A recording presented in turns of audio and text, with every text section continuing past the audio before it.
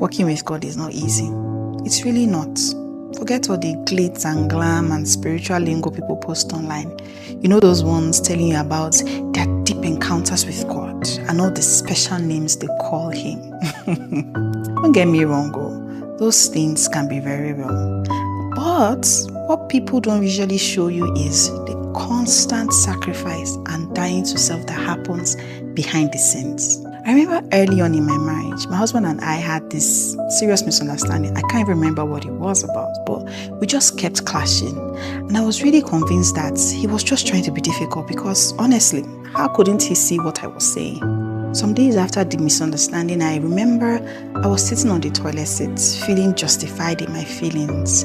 Then I heard that small, still voice of the Holy Spirit say to me, "Go and apologize to him." I won't lie, I struggled. But eventually I went. And after I apologized to my husband, his response was this: "I don't accept your apology. It doesn't feel genuine." I said, "Hey God," I was furious.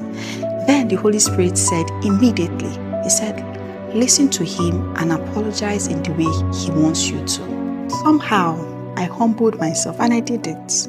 Then my husband said, "You know what you should have done all along. Why didn't you just do it the first time?" He didn't apologize to me. Nothing. And you see, I felt like I had lost a part of myself. I went back to the toilet seat and I burst into tears. It felt like someone had stripped me naked.